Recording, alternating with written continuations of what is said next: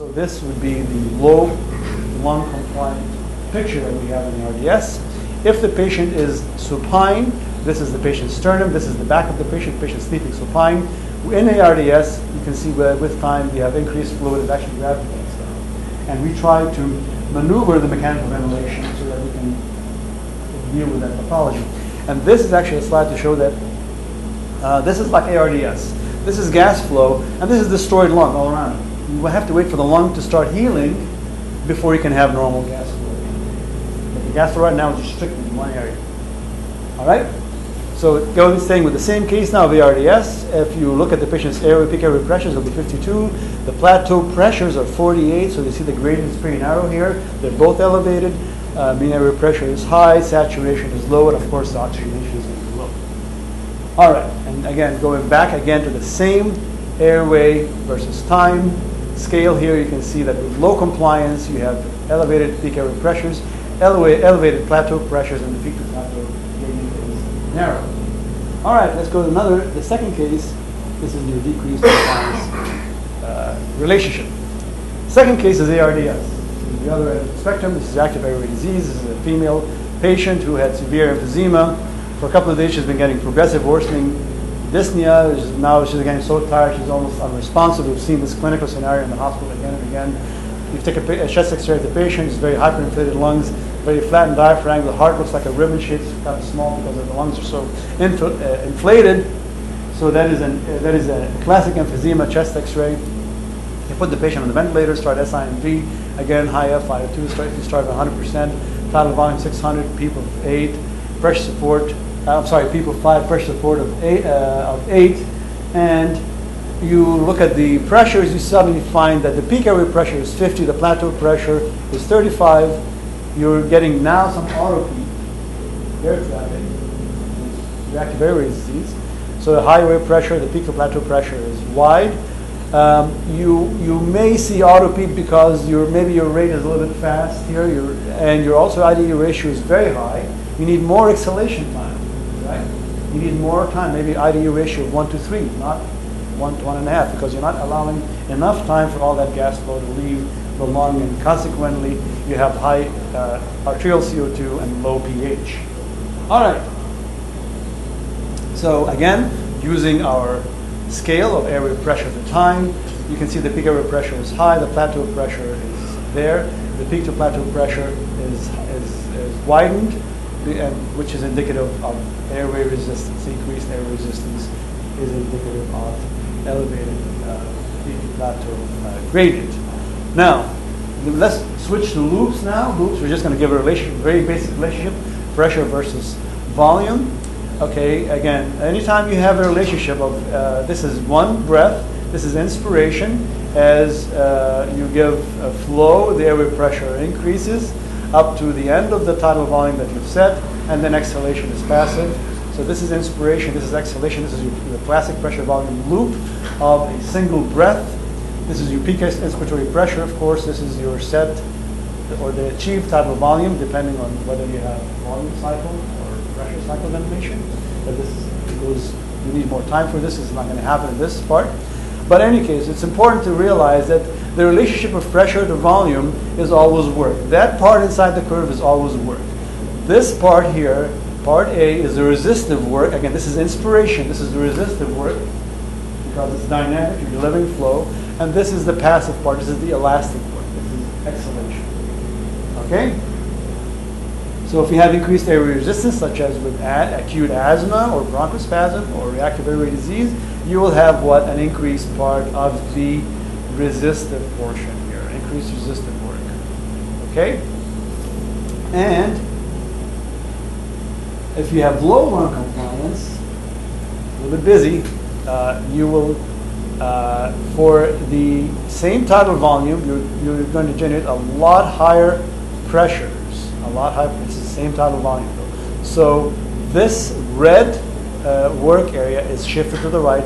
The green one that you see in the middle here is the normal one, and this is actually increased compliance, which you might see very advanced without even the active process going on. Okay, so we're going to stop there. We're going to go Tim Kosroy, and he's going to go over some of the airway pressure. Hi, my name is Tim Kosroy. I'm the clinical product specialist for Covidien, and I'm going to show you the Puritan Bennett 840 ventilator. It has a dual screen. The bottom part of the screen is a sandbox. The upper part of the screen is called the monitoring section, and I'm going to help address some of that problem or concern that you had regarding that one patient. As we make changes, it's touch, turn, accept, and as you see, I have the lung totally deflated. I'm going to go through the parameters fairly quick. We have a rate of 14. Tidal volume is 400, meaning that that's the amount of air per breath that's being given. So as the patient's breathing on their own, they'll generate the same volume of 400, and you can see that they're breathing on their own as the A's are there. Otherwise, it'll just go to a controlled breath. The 52 is the amount of flow that's pushed in for each individual breath. Then we have the amount of oxygen, and generally you're at 100% when you're in the OR. This ranges from 21 to 100%. And I have the PEEP set at 0, which shows the lungs are fully deflated.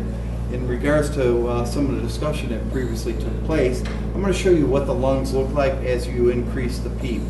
Now, increasing PEEP influences a parameter called the mean airway pressure. So up on top I have peak pressure, mean airway pressure, PEEP, IE ratio, total respiratory rate, which happens to be the same because the patient's not breathing, their tidal volume, which is 400, and a minute ventilation, which is the respiratory rate times the tidal volume of 5.8.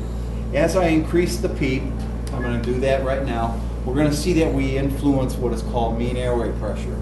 So the PEEP will go up and the mean airway pressure will go up simultaneously, which will increase what Dr. had mentioned, the FRC, or functional residual capacity. So now taking a look at the lung, you can see that the lung is not deflated as it was compressed before. This is one way in which that if you're already on 100% oxygen, you can help influence and improve oxygenation. Let's take it one step further, go to a PEEP of 10. We'll see an increase in mean airway pressure, and increase the mean airway pressure by influencing changing the PEEP, the mean airway pressure will go up. In addition to that, some of the points that were talked about was what happens when a patient has bronchospasm or has the need to be suctioned. We can see that on the airways as well. Looking at the pressure curve, we'll see a change in the peak pressure as well as the peak pressure number up here. So I'm purposely going to increase the airway resistance and simulate bronchospasm within the lung, and you'll see that we have an increase in the peak airway pressure on the pressure curve, and the number's gone up simultaneously. At that point in time, you're going to remove the patient, bag the patient, assess whether or not what's going on, if the patient needs to be suctioned. If he's in bronchospasm, administer a bronchodilator, and then let's say the bronchodilator takes effect, and you'll see a reduction down in which the airway pressure will drop and the pressure waveform will drop simultaneously, therefore bringing down the peak pressure.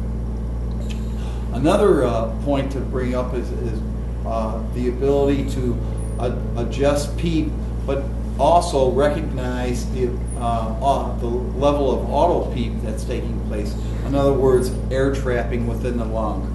And that's denoted by looking at the expiratory flow curve. The waveforms are divided into two parts, as noted. Inspiration, which is in green, and yellow is an exhalation. So here I'm looking at the flow curve. Inspiratory flow is set at 52, and the expiratory flow is set coming back to 0. If I have an episode in which the patient's breathing too fast, or we set the rate too fast, we're going to have where the expiratory flow curve doesn't return to 0. And you can see that taking place right here. So my choice is to reduce the rate, possibly remove the patient off the ventilator and bag and suction them. Maybe that'll improve it, or shorten the inspiratory time and allow for a longer expiratory time. At this point, I choose to reduce the rate. So let's bring it back down to a rate of 20. So that'll help answer some of your question as far as how high of a minute volume do you want to go, how high of a rate, because as you turn the rate up, you may not allow for enough expiratory time, and you can verify that as long as the expiratory flow curve comes back to 0. And now I've taken care of the issue regarding auto PEEP and recognizing that on the expiratory flow curve. Another feature that's on the ventilator that will help you assess what direction the patient's going, whether in a positive or a negative direction, is assessing what is called plateau pressure. On this ventilator, you hit what is called the inspiratory pause button, and it will perform a pause. Actually, it performed it right here. I'll repeat it again so you can see it. And which the peak pressure is 14, and there's a slight pause where the valves are held closed, and we're given a plateau pressure of 12. As the plateau pressure rises, compliance of the lung tends to decrease. So once you get to that magic number, somewhere around 30 to 35, that's where you're concerned about the patient entering into ARDS, and you want to go to what is called lung protective strategy. The respiratory therapists and nurses, generally, when they start to see this trend go up, they notify the resident or the physician in charge that my plateau pressures that normally were in the teens are now approaching the high 20s and the 30 range, and it's reason of concern because now we have some alveolar damage taking place, and we have to institute either reducing the pressure or reducing the volume. And again, that's done by either changing to pressure control or actually dropping the tidal volume, and then determining what the cause is. It could be a pneumonia, could be due to excessive fluid overload, or the lung parenchyma itself is starting to change for some unknown reason. In addition to that, we have the ability to change the vent and control what the physician was talking about as far as maintaining a volume or a pressure. So the vent can go into where we control the amount of peak pressure when they're in a disease state. So it doesn't exceed that 30. And that mode is called assist control, pressure control. And you actually prescribe a certain amount of pressure so that when it's added to the PEEP, the pressure doesn't exceed more than 30 centimeters of water pressure.